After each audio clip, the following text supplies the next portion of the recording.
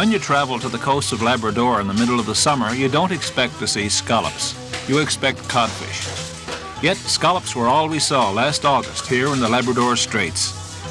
The fingers were flying here in the Forto fish plant and in Lansalou a few miles down the shore. Dozens of plant workers busy shucking scallops, deftly separating the guts from the delicate morsel of meat which now sells for up to $10 a pound in city supermarkets. The nets were empty this year in the Labrador Straits, the cod fishery a failure. Yet this is normally one of the best places in the province for fish. The local fellows do well, and so do many Newfoundlanders who migrate here in the summertime, build their camps here along the shore, and steam out each morning to fish the rich waters of the Labrador Straits. This year it was a different matter. The fish simply weren't there. Or you could scrape together a few hundred pounds if you kept at it. But this is the place where you should be able to fill your boat in a few hours fishing. Not this year. It was a frustrating, disappointing time for the fishermen. The cod made an appearance in June, then practically disappeared.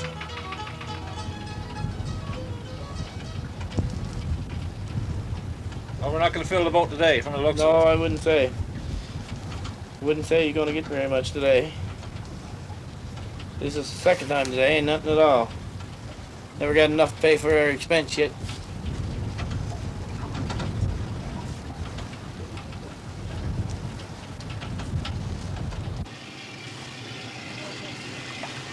Not enough to cover your operating expenses, here in the Labrador Straits in the middle of the summer. A bit further offshore, the draggers weren't doing much better.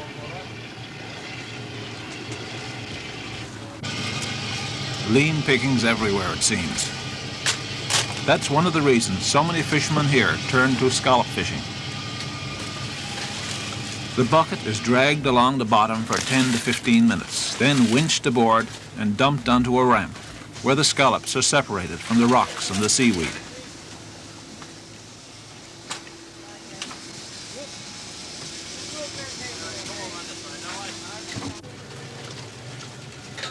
Out goes the bucket again, gently eased to the bottom, as the vessel picks up steam to make another pass at the scallop bed below.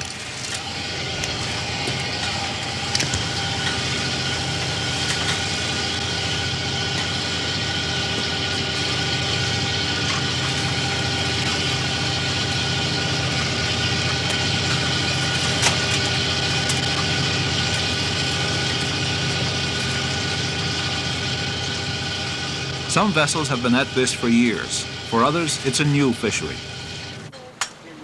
Back on the wharf at Lansalou, another vessel was getting fitted out to join the scallop fleet.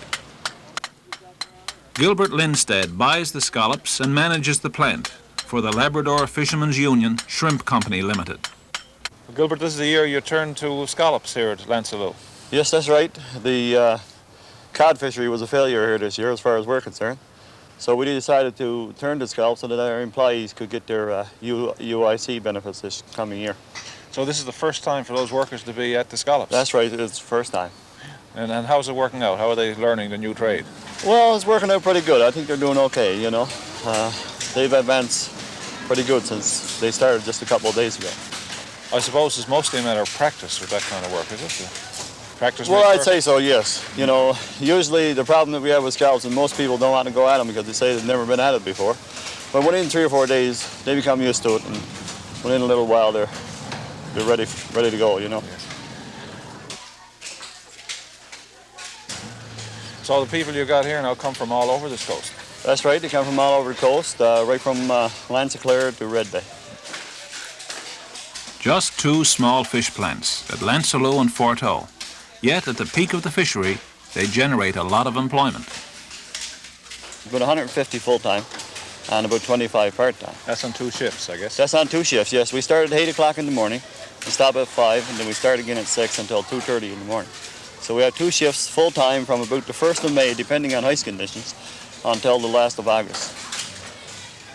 And now they're just learning their trade, I suppose. It'll take a while before they're up to the level of the Forto plant workers at chucking scallops and cleaning them. Oh yes, the crew that we have on there now, we're just alternating shifts because one, as you know, one cod shift is about 2 scallop shifts. So we're alternating shifts from day to day in order that people make up their stamps for the UIC benefits. So it's fairly labour intensive then, isn't it? There's a lot of work there created by scallops. As much as with cod, you say, or less? No, it's not so much work there as it is with cod. It's about half so many people as it is with cod. Like with 30,000 pound of cod, you probably need about 50 to 55 people in this area anyway. And with scallops, we only need about 25. So you can see it's about half.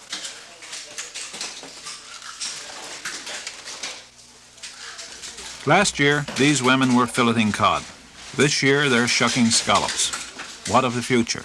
Will they switch back to cod, or does the company intend to stay in the scallop business here in Lansaloo? No, we certainly aren't. Not here in Lansaloo anyway. We'll probably stay into full-time in Porto if it stays viable. But here in Lansaloo, it's mainly a codfish operation, and that's what we intend to keep. I suppose the first job was to train the workers in this new way of working at the plant. Yes, that's right. That was our first job. A bit complicated for a few days, but it don't take them long before they get used to it and they go on from there. So how long will it take now before they're up to the production of the other plant? Oh, I don't think they'll be up to the production of the other plant this year. It takes quite a while to be able to get up to the other employees that's been there for a few years, you know. It's like everything else. It takes a while to learn the knack of things. And it's going to take them quite a while before they get up to the production that we're getting in Porto right now.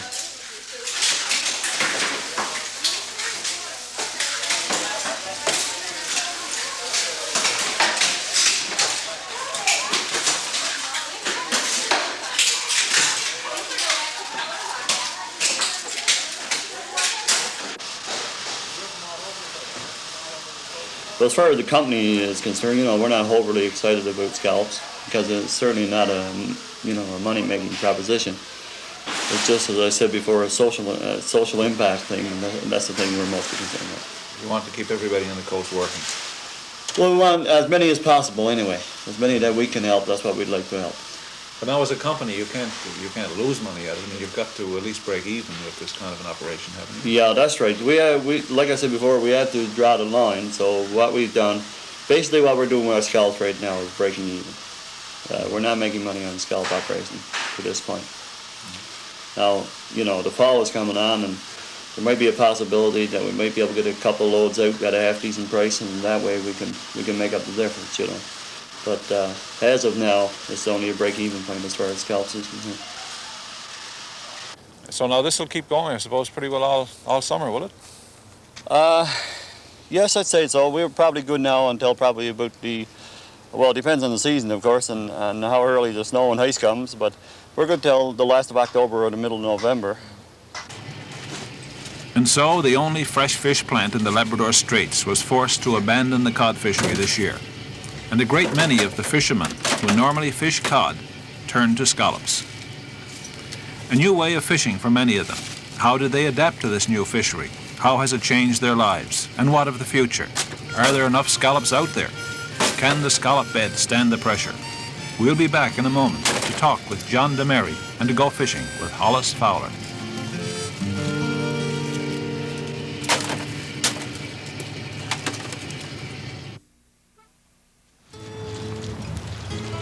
Fort O in the Labrador Straits, a beautiful day in midsummer. Some of the scallop boats are coming home early. Normally they leave before dawn and are back after dark, but the wind has picked up outside. The women in the plant have been busy all day. In fact, they haven't finished last night's landings yet. And here are the boats, in with another load. Another busy night. But nobody's complaining. The scallop fishery is the lifeline of this community.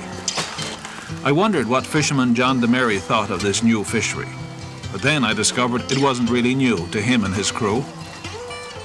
Well, no, not really, because we were at scallops all last summer. We didn't start this year when the fish got scarce. It was pretty good last year for the cod too, but the price was the big thing. So you like scallop fishing? I mean, you'd rather be at it than at the cod fishery? You'd make more money at it? Well, yes, making a bit more money, but there's more than that to it too. You know, we spend a lot more time home, and we're putting a lot of employment into place, helping to keep a lot of people going. It means a lot to the coast, though, doesn't it, the scallop fishery right now? Well, yes, there's a lot of people employed in it. It's very work intensive. You know, it takes a lot of women to shuck the scallops. So you know, it's a lot of, we create a lot of employment. Your wife and I guess the wives of most of the fishermen work in the plant here, do they? Yeah, my wife and one of the guys on the boat with me now. Cliff Buckle, his wife worked there. But my brother now, his wife worked with at the fish with Newfoundland fishery. But you know, usually that's the way it works. You know, most of the people that's bringing in the scallop, well, their women usually get the first crack at the work if they want to do it. So added together with the boat and the women working in the plant, it makes for a half decent income anyway for the summer months. Yes, it do. You know, we make a living at it. That's all you can ask for, I guess.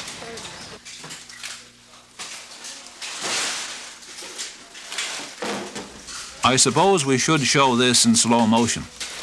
Some of the women here are lightning fast. How they've got any fingers left, I'll never know.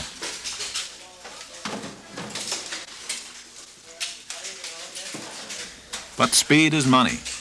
And with some women here in Fort Howe shucking up to 150 pounds of scallop meat in a day, I wondered how much money they'd be making. Oh, I don't know. If you have a big week, you know, you've got some people making so high as $400 for a week. But I'd say probably average week is around $300. So there's a fair income to be made at it then? Yes, it certainly is. You know, when you start in probably the early part of June, we started to share at scallops, and we've been going ever since, and probably for another couple of months. Looking at $200 to $300 or $350 a week. You're certainly looking at a fair income. And then because of this, of course, there's unemployment insurance later. That's the big thing. That's what everybody's interested in. You know, like I said before, the dry months, the winter months when everything is at a standstill, unemployment insurance coming in is our lifeline. Would most of these women now be married and have fishermen as husbands? Some of the scallop fishermen would have wives working in the plant, this sort of thing? That's right. Most of them, although we don't limit them to just fishermen's wives because of the discrimination clause,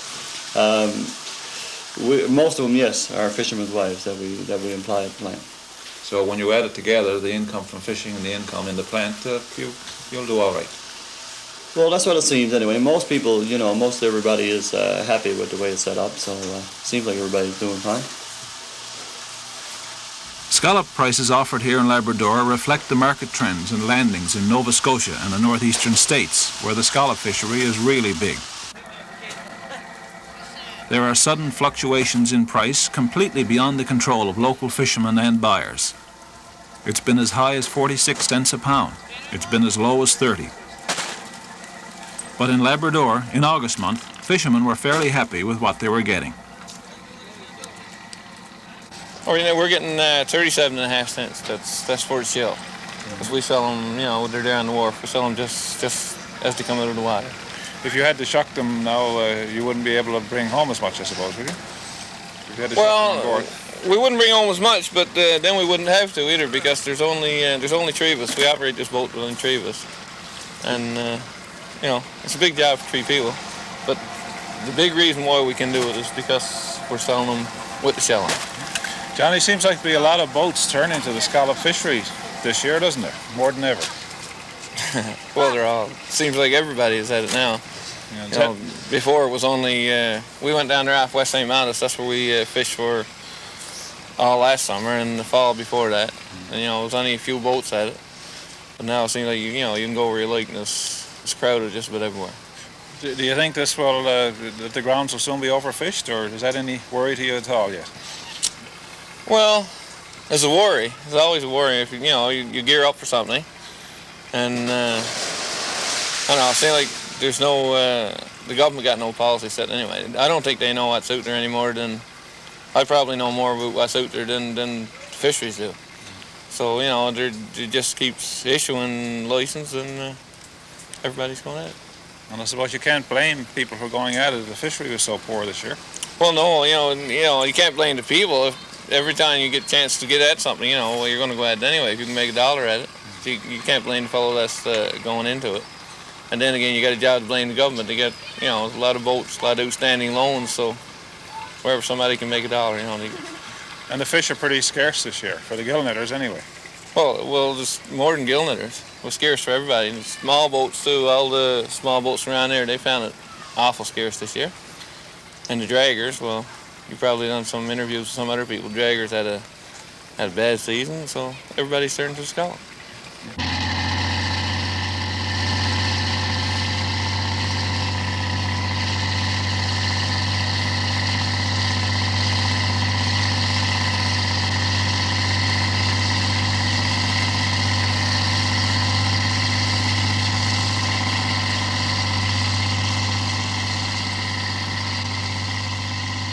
The Labrador coast, an appropriate name for sure, fishing for scallops just a few miles from home. On board were Harry Moores of Red Bay, from Capstan Island, Clarence Fowler, Harvey Fowler and his brother Hollis.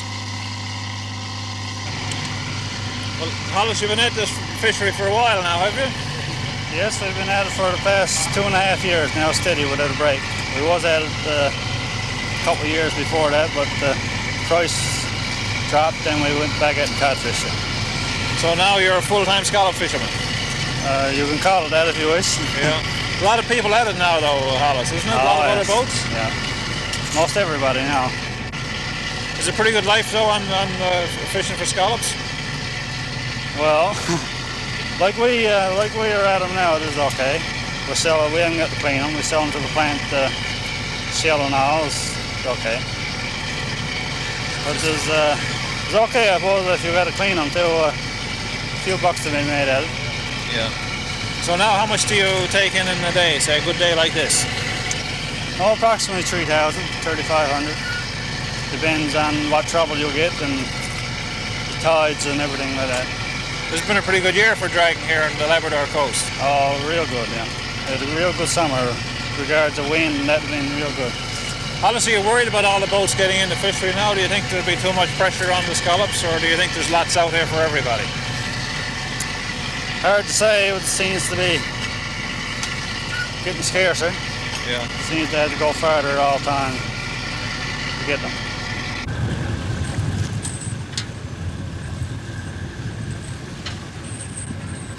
We watched Hollis and his crew make a few tows, take back and pick out the scallops. After years of scallop fishing, they've got their routine all worked out. Well, we usually tow 10 to 12 minutes. And we take back and hemp out, throw it over and go again. I guess So it's a continuous job. Well, we usually fish until we get about 20, 25 mile wind. Then it gets too bad then.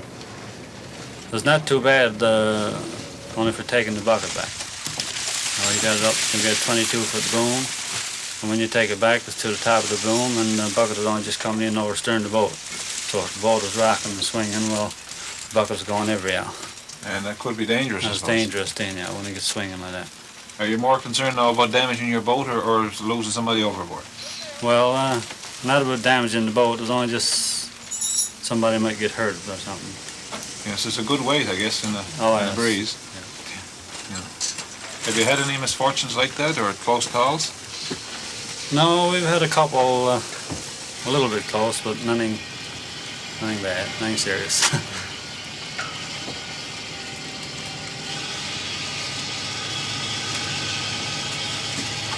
So there's one man at the wheel and the other three are out on... One man at the wheel, one at the winch, and two back behind. Yeah. But when the winchman gets cleared off, he usually goes back and helps us pick out. And if there's a nice day, not too many boats around, well, four of us back picking out where you can watch around.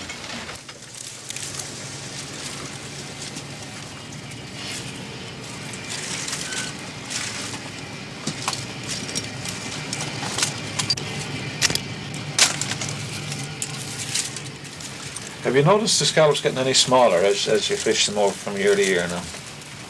Yes, I would say so. It's got to happen, I suppose. Yeah, there's more smaller scallop this year than I've seen in previous years. That means the pressure is a bit higher, I guess, on the grounds. Well, right now we can't sell smaller than 3-inch shell.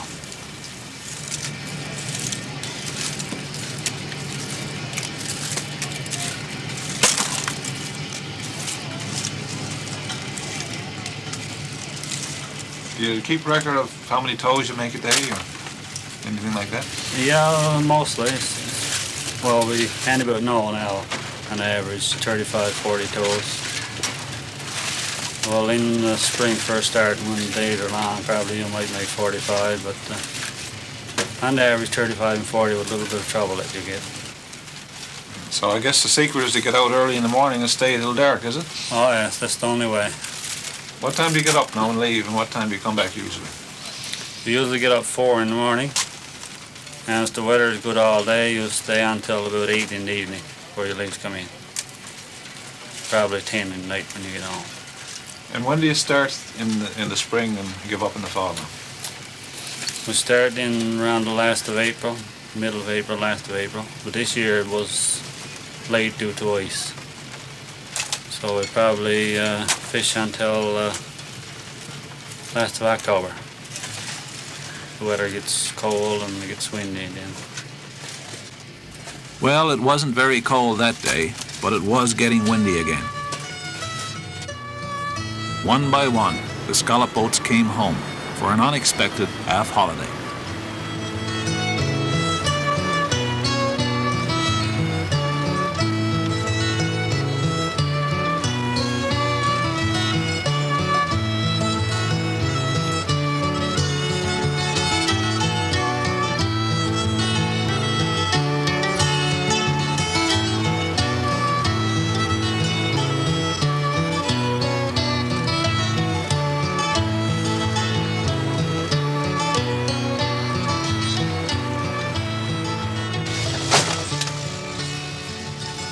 This is still a relatively new fishery.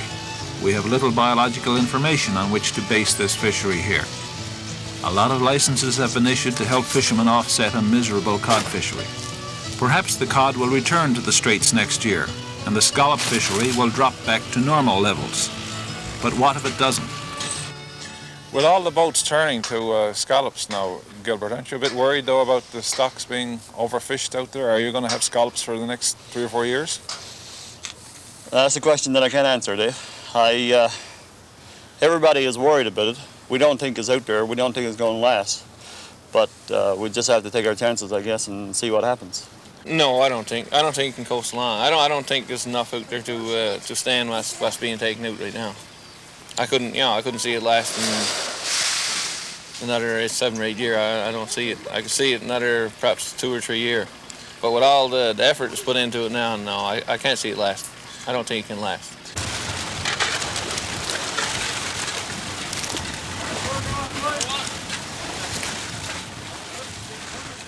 The scallop fishery continued here in the Straits throughout August and September. Towards the end of the season, some of the inshore draggers who'd taken their quota of cod fitted out for scallops and joined in too. By mid-October, the fishery was all over. A lot of scallops were landed here in the Straits. The Labrador Shrimp Company alone bought nearly £2 million. $1 million were spread among the fishermen and plant workers. Not much maybe when measured against the gigantic scallop fishery in the Maritimes. Yet it was the salvation of this coast, for the fishermen who were cursed with a cod failure, and for the plant workers. They too depend upon the sea for a livelihood. Fishermen and plant workers alike are hoping that they aren't exploiting the scallop beds too fast. They hope that the cod will return next year to the Straits. But until the cod return, the people on this shore will focus their energies on harvesting scallops and hope for the best. They have no other choice.